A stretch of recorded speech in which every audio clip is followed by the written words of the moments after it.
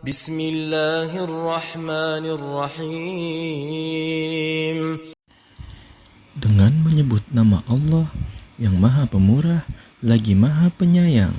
Tabbat yada abi lahabin wa tabb. Binasalah kedua tangan Abu Lahab, dan sesungguhnya dia akan binasa. Ma aghna anhu maluhu wa ma kasab. Tidaklah berfaedah kepada harta bendanya dan apa yang ia usahakan.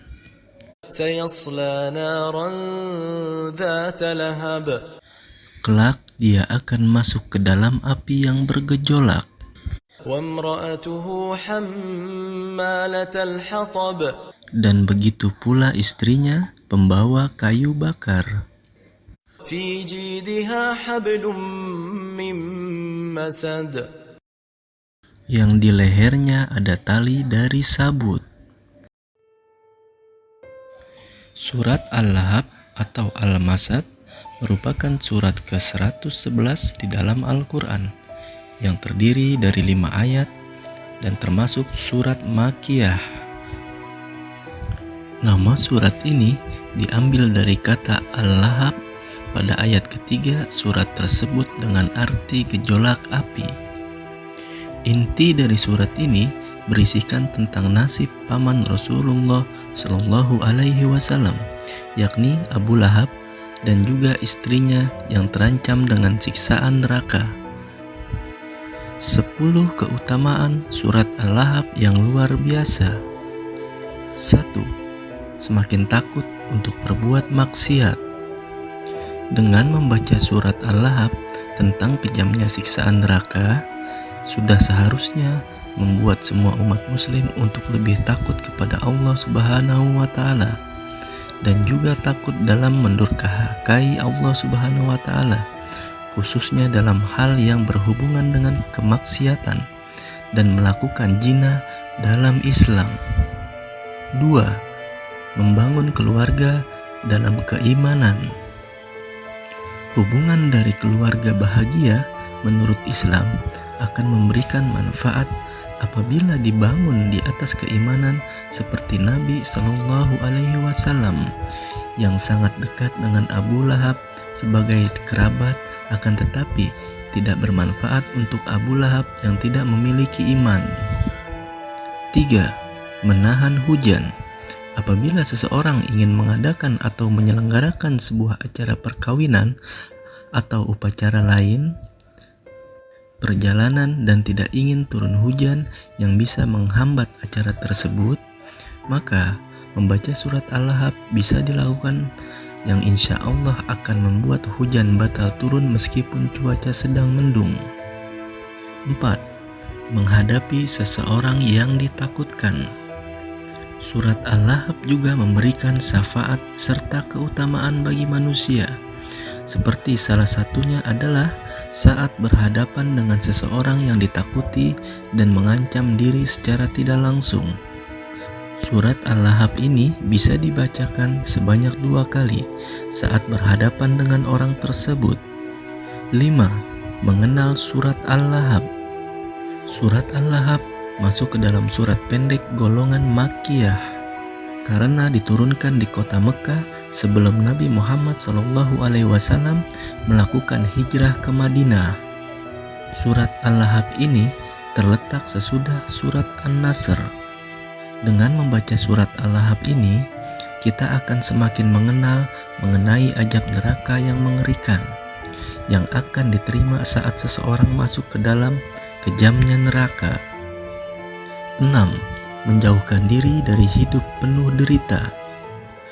Keutamaan lain yang bisa dipetik dari surat Al-Lahab adalah menjadi peringatan bagi siapa saja yang mempunyai perangi dan watak seperti Abu Lahab yang senang melakukan fitnah dalam Islam, maka akan dipastikan mengalami hidup yang dipenuhi dengan derita.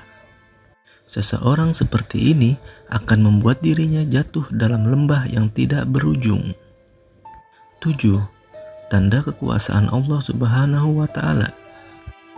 Dalam surat Al-Lahab ini juga menjadi pertanda dari besarnya kekuasaan Allah Subhanahu wa Ta'ala, di mana Allah Subhanahu wa Ta'ala sudah menurunkan surat ini pada kondisi Abu Lahab dan istrinya selagi masih hidup, dan keduanya sudah ditetapkan akan disiksa dalam api neraka dan menjadi orang yang tidak beriman. Ini menandakan jika apa saja yang sudah dikabarkan Allah Subhanahu wa Ta'ala maka pasti akan terjadi. 8.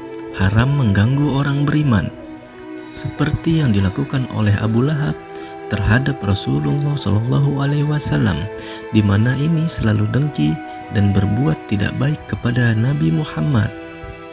Maka ini bisa dijadikan contoh jika mengganggu seseorang yang memiliki iman adalah perbuatan haram yang merupakan dosa besar dalam Islam, dan konsekuensi yang harus dihadapi adalah masuk neraka dan menjadi orang yang tidak beriman.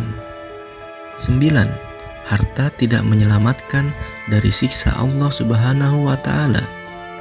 Allah Subhanahu wa Ta'ala berfirman, "Tidaklah berpelajaran kepadanya harta bendanya dan apa yang ia usahakan."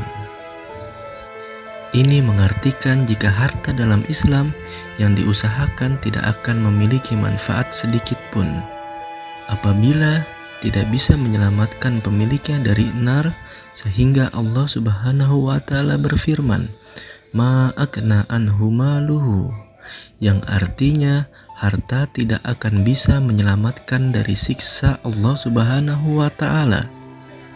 10. Ancaman neraka untuk kemewahan dunia.